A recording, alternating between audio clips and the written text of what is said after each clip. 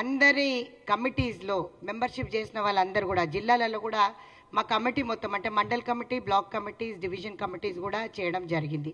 So అదేవిధంగా నారీ NYAY Sammelan kits ఏదైతే మా అల్కా లంబా గారు నేషనల్ ప్రెసిడెంట్ ఆధ్వర్యంలో జరిగిన ఈ మెంబర్షిప్కి సంబంధించి నారీ న్యాయ్ సమ్మేళన్ కిట్స్లో మీకు దాంట్లో ఒక పెప్పర్ స్ప్రే, ఒక చట్టాలకు సంబంధించి ఏ చెల్లె కూడా ఏ పోలీస్ స్టేషన్కి వెళ్ళాలంటే ఎలాంటి చట్టం దాంట్లో అంటే ఇప్పుడు వాళ్ళకి ఏదన్నా ఇబ్బంది కలిగినట్టయితే ఎలాంటి సెక్షన్ పెట్టుకోవచ్చో అవన్నీ కూడా బుక్లెట్స్లో వివరించడం జరిగింది.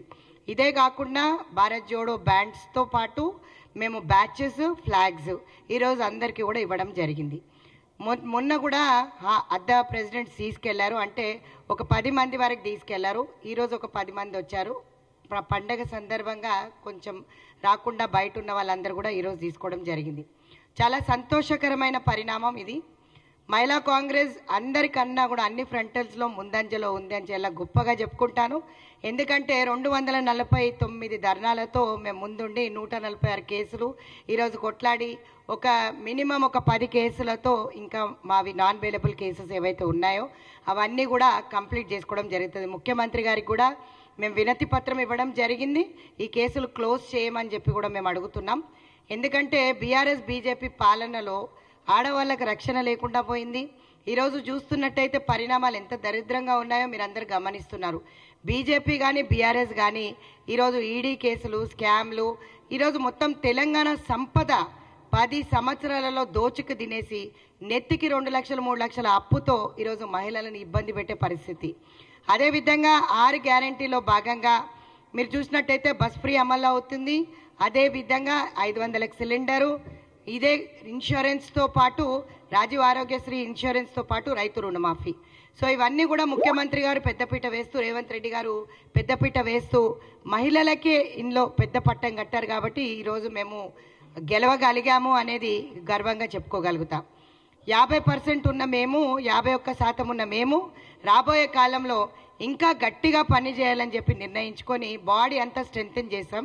ఈ బాడీ అంతా కూడా ఎక్కడ కూడా మీకు చూసినట్టయితే సభ్యత్వ నమోదు చేయని వాళ్ళకి ఎవ్వరికి కూడా చోటు లేదు. సభ్యత్వ నమోదు ఎవరైతే చేశారో వాళ్ళకే చోటు కల్పించారు. 10 top members are from Telangana. ఇది చాలా గర్వకారణం. నాకు ఒక మహిళా కాంగ్రెస్ అధ్యక్షురాలుగా 10 మంది 1000కి పైగా సభ్యత్వం చేసిన వాళ్ళు ఉన్నారు.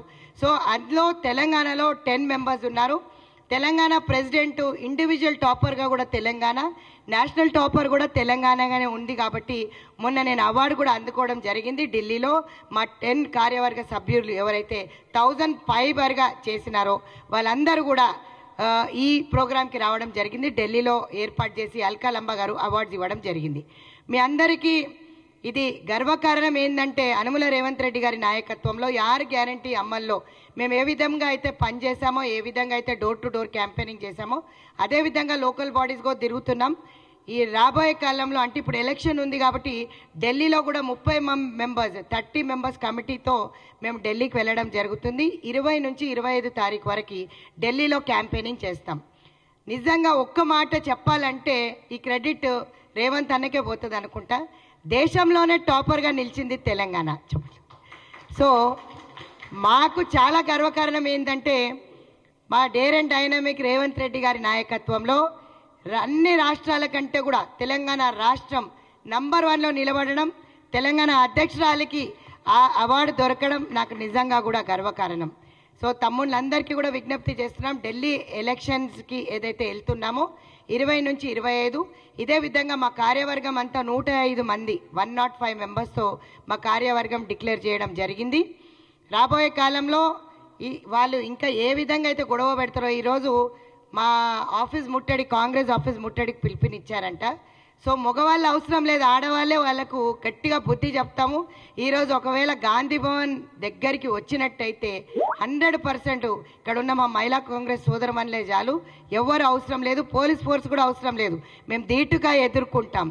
సో ఆ విధంగా మేము ఏ విధంగా అయితే ఈ 3.5 సంవత్సరాలు మేము పనిచేశామో అదే విధంగా రాబోయే కాలంలో కూడా అందరికీ పెద్దపీట వేస్తానని చెప్పి రేవంత్ అన్న నాయకత్వంలో మళ్ళొకసారి తొందరలోనే పీసీసీ కూర్పు కూడా జరుగుతుంది.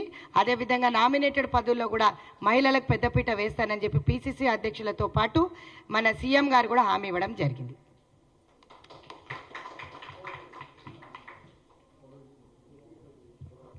ఏమైనా క్వశ్చన్స్ ఉంటే అడగొచ్చు.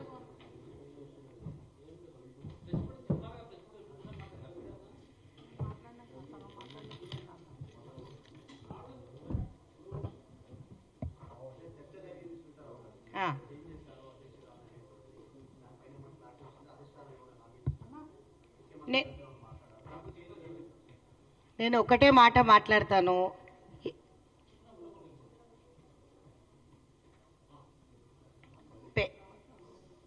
ఏంటమ్మా అమ్మ ప్రెస్ మీట్ జరుగుతుంది తల్లి, ఇక్కడ కెమెరాలకు అడ్డంగా నిలబడతారేంటి?